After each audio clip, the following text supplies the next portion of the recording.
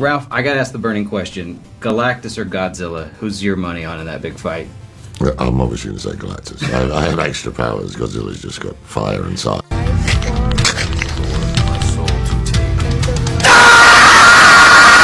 Godzilla vs. Galactus is one of those matchups that at first glance might seem a little insane, but while yes, it is insane, it's also super cool. Firstly, you've got Galactus, the god who eats planets to sustain his immeasurable power. And you've got Godzilla, the king of the monsters, arguably a god slayer in his own right. Countless times throughout this franchise, we've seen gods or higher dimensional beings try to press Godzilla only for him to be like, no. He's not exactly a superhero, but if you try to destroy his turf, you better be prepared for a fight, and a fight we've got today, as I'm actually going to go over the various versions of Godzilla and Galactus to see who wins more times than not. With Godzilla making his run in the canon comics universe at this particular moment in time, and the Fantastic Four opening in theaters today, I felt like this was the perfect time to explore this concept. So we're going to have 3 rounds. Firstly, I'm going to go over each film iteration, each game iteration, and then we'll wrap it up to talk about comic book scaling. So I'm doing this so you get a real good feel for each of these characters before we come to an ultimate conclusion. But if that sounds interesting to you, then I would implore you to subscribe to the channel. We're on the road to 100,000 subscribers,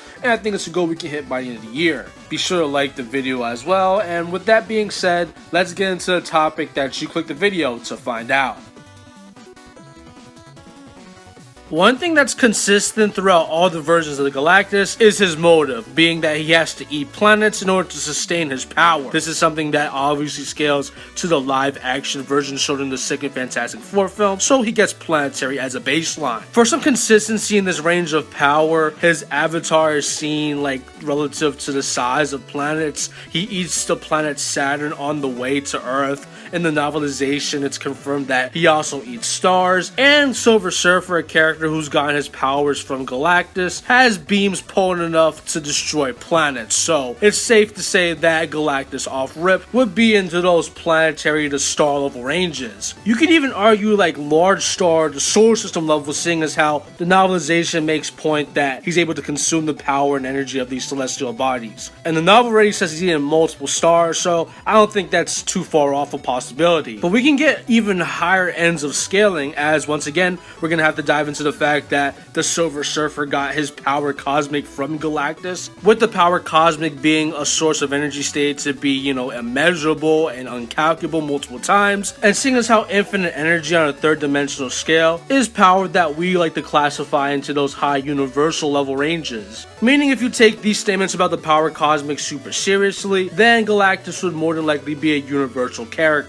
As for his speed, it's, visually apparent that he's able to fly throughout the universe at fairly, convenient speeds, granting him MFTL Plus as a baseline, to be honest. This is consistent with the fact that the board that the Silver Surfer, flies on is stated to be able to fly at speeds that exceed the speed of light, meaning that the OG Galactus from the Fox continuity would be at worst a planetary to star level character, with them possibly getting into those cosmic level ranges depending on how you view and interpret some of the lore. And as for his speed, he should be faster than the speed of light. That's kind of just a baseline. So with that being said, let's go over some of the cinematic versions of the King of the Monsters. Godzilla's a character who fluctuates in terms of his stats depending on which version of the character you got. Some barely get to city level, and you got others that can destroy planets. So in that way, he's a lot different from Galactus, who kind of gets planetary as a baseline. But using cinematic Galactus as our opponent, and using the quantifiable ends, there are many Godzillas that could potentially defeat him, such as Godzilla from vs. Megaguirus, who survived being shot with the Dimension Tide, a literal black hole straight to his face, and he walked out unscathed. You got Godzilla Earth, who could kind of box with the avatar of extra dimensional beings, as well as destroy said beings' black holes. And you even got fan favorites such as Final Wars Godzilla and Monsterverse Godzilla, who easily find themselves to be in the planetary range at this point in time. So if Galactus caps at planet to large star level, I would go with probably Megaguirus Godzilla or Earth Godzilla due to their black hole showings. But seeing as how Galactus is more than likely a universal character even in the Fox continuity, like we went over the power cosmic cosmic stuff, but I also found a statement that said that Galactus' energy reserves are so vast that if left unstable, they could collapse the universe. So yeah, Galactus is probably more than likely universal, and if that's the case, we're gonna have to use Godzilla such as Showa and Heisei Godzilla. Showa Godzilla being a character who scales his own fighter, a character who could box with fourth dimensional kaiju that have the ability to raise the universe by the fourth dimension, with the fourth dimension stated to be another universe entirety, a separate space-time, and all the stuff that goes into that. Just for good measure, however, you might want to bring out Heisei Godzilla, a character who stated to be stronger than Showa Godzilla by two of themselves multiple times, and he also has the feats to back this up, as he was able to defeat Space Godzilla, a character who utilizes infinite energy and super gravity, which inherently is super dimensional in nature. And keep in mind, Space Godzilla has the ability to siphon energy and power, right? He did that to arguably a universal scale, as he stated to utilize infinite energy multiple times, but Heisei Godzilla had such vast energy resources that it's stated in the film that if Space Godzilla attempted to absorb his energy, he would have blown up because it's just too much. So Heisei Godzilla is a Godzilla who has more than infinite energy in his base form at this point. And speed doesn't matter either, as both Heisei and Showa Godzilla have MFTL plus scaling chains. As for one, Showa Godzilla scales to Ghidorah, a character who can fight at characters at his interstellar flight speed in space. Keep in mind, he flies at such speeds that he's able to traverse galaxies in minutes. And then there's Heisei Godzilla, who might unironically have infinite speed, seeing as how he scales to Space Godzilla, who is able to traverse from the end of the universe to Earth, with said universe being infinite in size. And we even have scans from guidebooks that say that if the distance that Space Godzilla needs to travel to is infinite in scope, Space Godzilla can increase his speed appropriately. Keep in mind, Mogira scales to Space Godzilla while he's traveling in space, as the two are able to fight in orbit. So this level of speed is something that scales to their combat speeds and reaction times. I also want to note that due to Space Godzilla's control of gravity, factors such as the Earth's atmosphere wouldn't really hinder his speed at all. So when talking about Galactus vs. Godzilla using cinematic interpretations, you gotta go with Godzilla. And before we move on to the gaming part of this video, I just want to give a quick shout out to the Chad Champ, as he found all the scans for the Fantastic Four, inverse and such, so this part of the video would be impossible to do without him. He's got a YouTube channel as well, and he covers vast topics like myself, so once you're done with this video, be sure to check him out. But with that being said, let's head on to round 2. Honestly, I've got an entire video breaking down video game Godzillas, and if you remember that video, you remember that the strongest ones just kind of depend on which film they scale to. But I think using that is a little counterproductive to like the video game section of the video. It's kind of weird that we have to use movie scaling to justify where a video game version of Godzilla scales, And if we were to do that, then we would just have to talk about Gaming Galactus from Fortnite, which is just his comic canon version. So, seeing as how I don't want to talk about movie and comic book scaling when talking about the video game portion of this video. So with that being said, I'm gonna be sticking to the strongest Godzilla and strongest Galactus of gaming that doesn't hinge on extra media sources. So yeah, with that being said, the strongest video game Godzilla without any Showa or Heisei scaling is probably Pachinko or Pipeworks Godzilla. These guys have a lot of cosmic level showings, whether it's Pipeworks Godzilla scaling to Space Godzilla, a character who can just create white holes, create black holes, and everything of the sort, or you got Pachinko Godzilla who can just blow up stars to a solar system level yield while not even at full power. Both of these characters also have forms that can augment the physical AP of their base forms dramatically. So when purely sticking to the format of gaming and what's presented in the games, Godzilla would cap roughly in the multi-solar system level ranges of attack potency. As for speed, he would have MFTL plus stuff, seeing as how Godzilla from the Pipeworks trilogy scales to the UFO aliens that can travel from galaxies within the time frame of a year. And he also scales to all the space monsters that make that same trip and are a part of said aliens armada. So Godzilla would be a multi-solar system level character with MFTL plus combat speeds and reaction times. So with that being said, are there any versions of Galactus that compare? Let's find out. When trying to find like the strongest gaming version of Galactus that isn't just Fortnite stuff, we find ourselves with pretty much two main guys, being the Galactus from Marvel vs. Capcom, as well as the versions shown and seen in Marvel Ultimate Alliance. Starting off with the crossover game, Galactus in Capcom is stated to be like a planet destroyer. He kind of gets as a baseline once again. But as you would imagine, as the final boss of a fighting game, a lot of his higher ends just come from the characters that he boxes with. such as Jean Grey, who is stated to have galaxy-wiping power. And one thing that I want to know is that in her ending of the game, it's shown that the version of Jean Grey that defeated Galactus was the Dark Phoenix. It's already stated that Jean Grey has got galaxy stuff in base, so the fact that Galactus was able to push her to this form in order to be truly defeated says a lot about his true power. But don't sleep on the Galactus from Marvel Ultimate Alliance, as he's surprisingly more powerful. As a baseline, he's stated to be one of the strongest beings in the universe, with the only things that are in his level of power being Lady Death as well as Eternity, so that's a pretty high bracket, considering that he would upscale the Watchers,